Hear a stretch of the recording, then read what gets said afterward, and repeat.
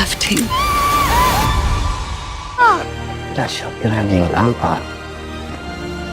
Something terrible is about to happen, and this time, no one is safe. Episode 7 doesn't just raise the stakes. It completely shatters the illusion that things can ever go back to normal.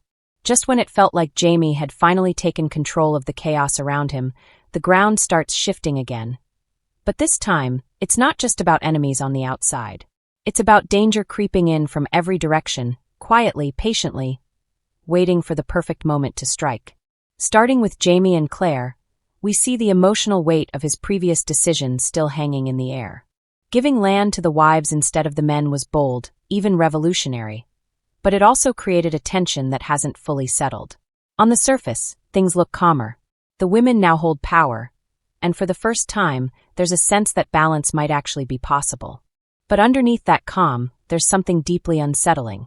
Jamie feels it, and that feeling only grows stronger. There's a moment where he wakes up suddenly in the middle of the night, completely alert, like his instincts are screaming at him. He doesn't fully understand what's wrong, but he knows something is coming. And if there's one thing we've learned about Jamie Fraser, it's this: he doesn't get these feelings without a reason. This isn't fear. This is warning. Claire, on the other hand, tries to hold on to logic. She wants to believe that things are stabilizing, that the worst has already passed. But even she can't ignore the tension building around them. The rich may look peaceful, but peace here has always been fragile. One wrong move, one spark, and everything can burn. And speaking of fire, this is where things start to turn truly dark. Because while Jamie is sensing danger, that danger is already unfolding somewhere else.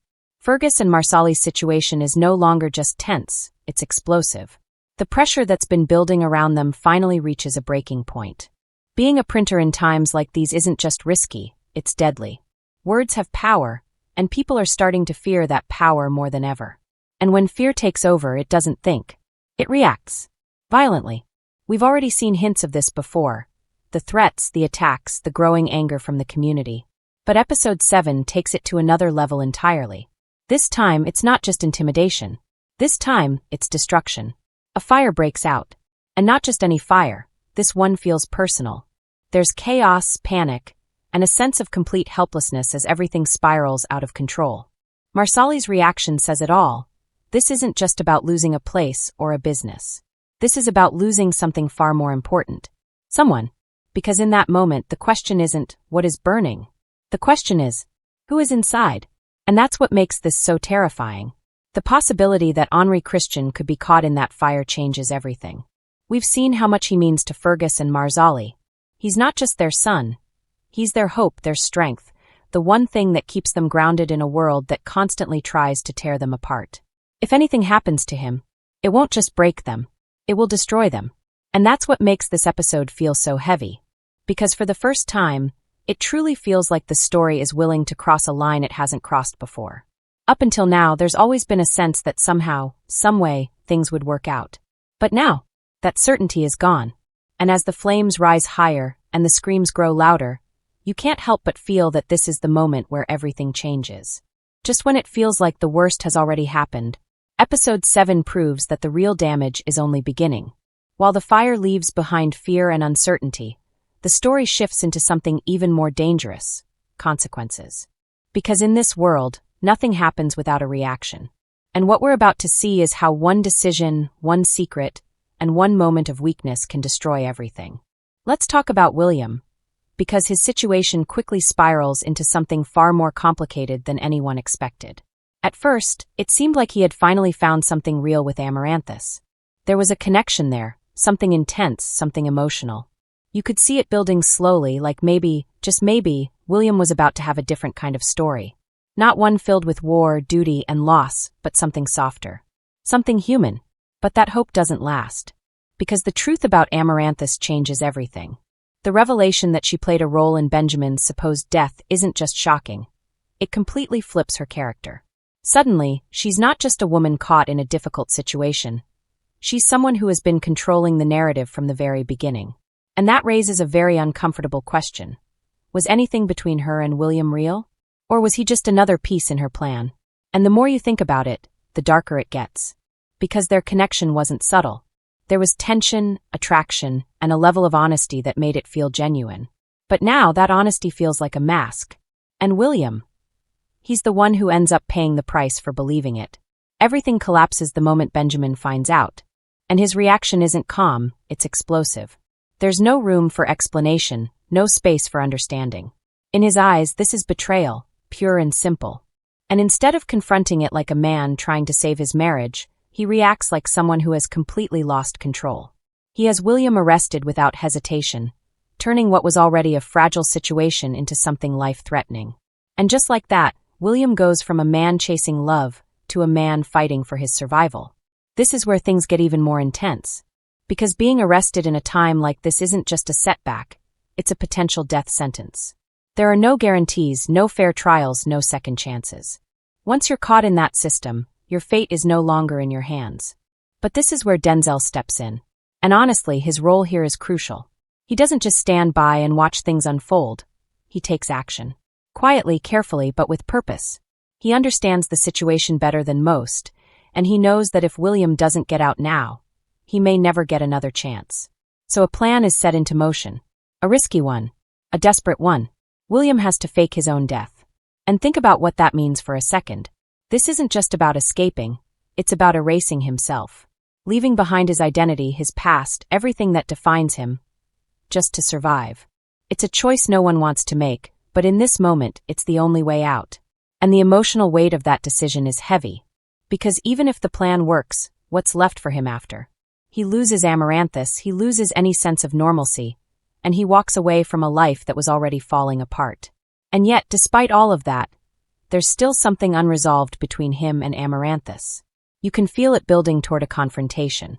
There's anger, betrayal, confusion, all waiting to explode. And from what we see, that moment isn't going to be quiet. It's not going to be calm. It's going to be raw, emotional, and possibly destructive. Because when two people who are hiding the truth finally face each other, something always breaks.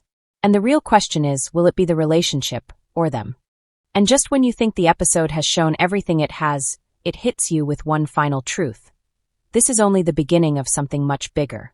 Because episode 7 doesn't just deliver shocking moments, it quietly sets up a storm that could change everything for everyone.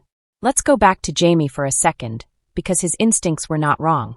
That feeling he had, that something wasn't right, it starts to make a lot more sense now. The tension on the ridge, the anger from the men, the fragile control he's trying to maintain, it's all building towards something inevitable.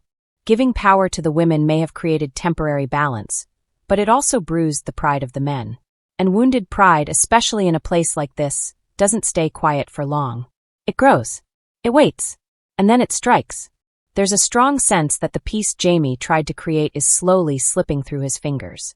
Not because his decision was wrong, but because not everyone is willing to accept change. And when people feel like they've lost control, they don't adapt, they rebel. That's the real danger here. Not an outside enemy, but something from within. Claire begins to realize this too. She starts seeing the cracks, the small signs that things aren't as stable as they seem. And what makes it even more unsettling is that there's no clear enemy to point at. It's not one person, not one group, it's an idea. A growing resistance that could turn into something far more dangerous if it isn't handled carefully. And the problem is, how do you fight something you can't fully see? That's what makes this situation so tense. Because Jamie isn't just preparing for a physical threat, he's preparing for betrayal. Again. And this time, if it happens, it won't come with a warning. It will come suddenly, and it will hit hard. At the same time, the emotional aftermath of the fire is still hanging over everything. If the worst has happened, if Fergus and Marsali have truly lost something irreplaceable, then their pain could ripple through the entire ridge. Grief has a way of changing people. It can make them stronger, or it can completely break them. And in a story like this, it can do both. What's really powerful about this episode is how it connects all these storylines without forcing them together. Jamie's growing paranoia, Claire's quiet concern, Fergus and Marsali's possible tragedy, and William's desperate escape. They all feel separate on the surface, but they're all tied together by one thing. Uncertainty. No one knows what comes next. No one feels safe. And that's exactly why this episode works so well. It doesn't just rely on big shocking moments.